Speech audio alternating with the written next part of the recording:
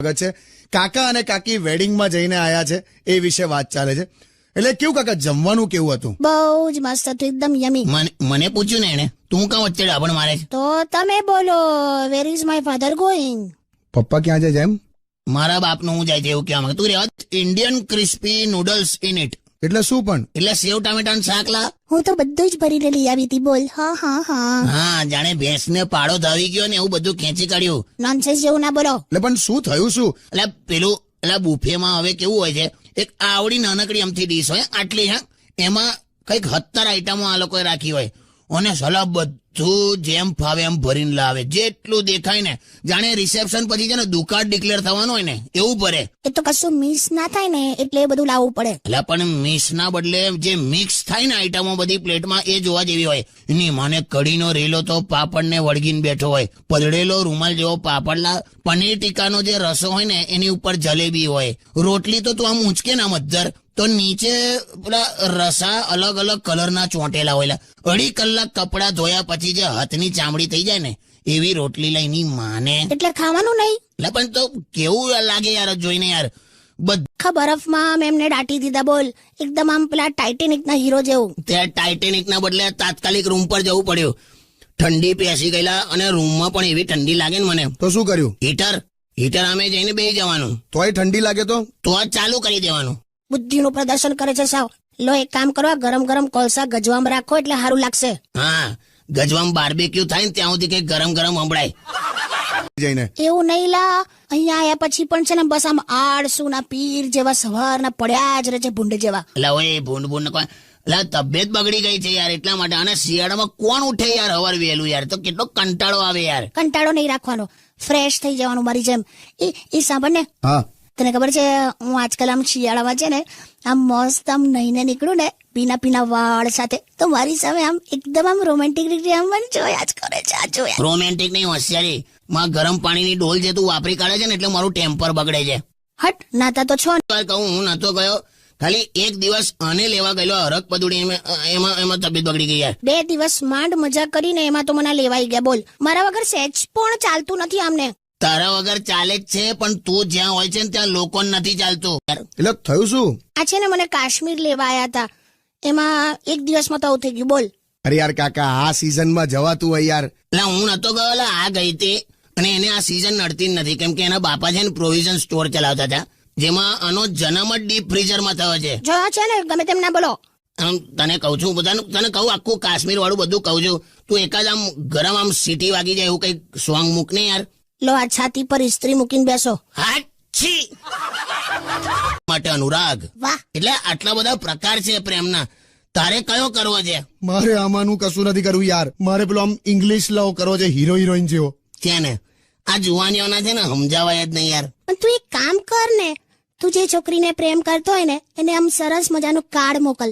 જો ત્યાં નવા બૂટ લીધા છે ને એનું ખોખું જો તઈ પેલી બાજુ પડ્યું છે તે ખોલી નાખ આખું ખોખું અને એમાંથી કાર્ડ બનાવી દે અને સ્કેચ પેન થી લવ મેસેજ લખી નાખ. જાઓ ને યાર કાકા, હું તો દુખી છું ને, તમે ખોટી હળી કરો છો. બકા, દુઃખ છે ને દુઃખ એ હંમેશા સાથે જ રહે અને સુખ આવતું જતું રહે. એટલે વાઈફ હંમેશા સાથે જ રહે પણ સાડી ઘેર આવતી જતી રહે એમ. ચૂપ રહો હવે. ગીતો કા મજા આવી ગઈ લે. માટે અનુરાગ. વાહ, એટલે આટલા બધા પ્રકાર છે પ્રેમના. તારે કયો કરવો છે? મારે આમાંનું કશું નથી કરવું યાર. મારે પેલો આમ ઇંગ્લિશ લવ કરવો છે, હીરો હિરોઈન જેવો. છે ને આ જુવાનીઓના છે ને સમજાવાય જ નહીં યાર. પણ તું એક કામ કર ને, તું જે છોકરીને પ્રેમ કરતો હોય ને એને આમ સરસ મજાનું કાર્ડ મોકલ. જો ત્યાં નવા બૂટ લીધા છે ને એનું ખોખું જો તઈ પેલી બાજુ પડ્યું છે તે ખોલી નાખ આખું ખોખું અને એમાંથી કાર્ડ બનાવી દે અને સ્કેચ પેન થી લવ મેસેજ લખી નાખ. જાઓ ને યાર કાકા, હું તો દુખી છું ને, તમે ખોટી હળી કરો છો. બકા, દુઃખ છે ને દુઃખ એ હંમેશા સાથે જ રહે અને સુખ આવતું જતું રહે. એટલે વાઈફ હંમેશા સાથે જ રહે પણ સાડી ઘેર આવતી જતી રહે એમ. ચૂપ રહો હવે. ગીતો કા મજા આવી ગઈ લે. માટે અનુરાગ. વાહ, એટલે આટલા બધા પ્રકાર છે પ્રેમના. તારે કયો કરવો છે? મારે આમાંનું કશું નથી કરવું યાર. મારે પેલો આમ ઇંગ્લિશ લવ કરવો છે, હીરો હિરોઈન જેવો. છે ને આ જુવાનીઓના છે ને સમજાવાય જ નહીં યાર. પણ તું એક કામ કર ને, તું જે છોકરીને પ્રેમ કરતો હોય ને એને આમ સરસ મજાનું કાર્ડ મોકલ.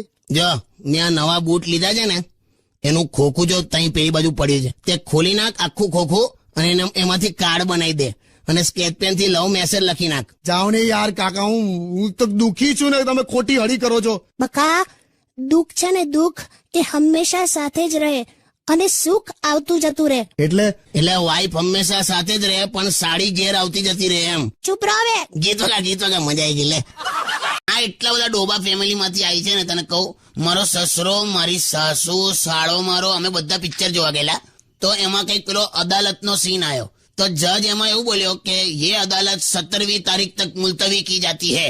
તો આનો બાપો ઉભો થઈ ગયો કે ચાલો કે 17મી આવીશું કે. ભોળા છે મારા બાપા. ભોળો ના કે ડોબો કહેવાય. ઓકે ઓકે, શાંતિ રાખો યાર તમે લોકો.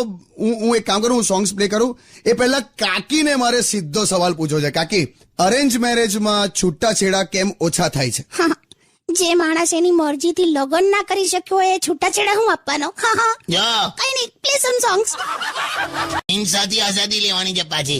વાઇસરોય ક્યાં હે? લોર્ડ માઉન્ટ આબુ આ ગए. બે માઉન્ટ આબુ નહીં લે, માઉન્ટ બેટન હતા. તું એ આબુ હિલ સ્ટેશન છે. તારો ઇતિહાસ સુધારો બોન. ओके, तुम कभी विदेश गई है? ગઈ હે? હું તારી ફોઈ છું લે. નહીં ગયા હે.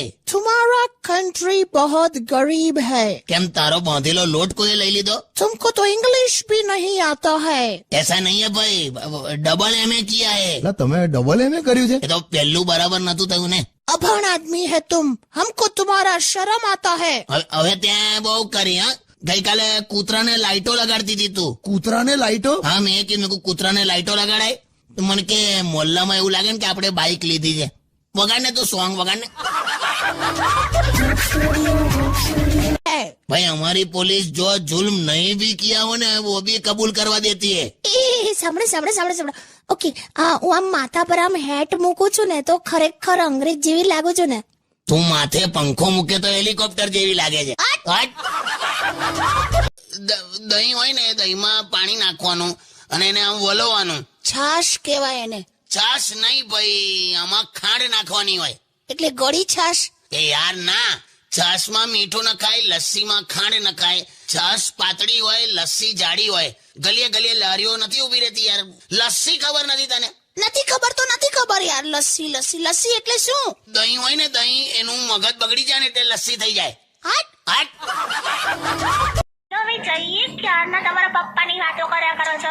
પપ્પા એક, વાતો અનેક. પપ્પા એક જ હોય લી. હવે મારી માએ કઈ કમિટી નથી દેવાડી. આવે બહુ સરસ તમારા પપ્પા. બસ ચાલો હવે જઈએ. કશે બહાર ફરવા તો નથી લઈ જતા, એટલીસ્ટ ઘરે તો જઈએ. માર્યો ટોન્ટ માર્યો તે. પણ લઈ જાઓ ને કાકા, ખંડાલા લઈ જાઓ એમને કાકીને વરસાદમાં ફ્લાઇટમાં બેસાડીને. ફ્લાઇટમાં હો અને તો કાર્ગોમાં જ નાખે ને. શું કાર્ગોમાં નાખે? તું અને હાથી એક જ તળાવમાં નાતા હતા એવું મને ગામ વાળાઓએ કીધેલું. પછી તું નથી ખેંચાઈ એટલે હાથીને બહાર કાઢેલો.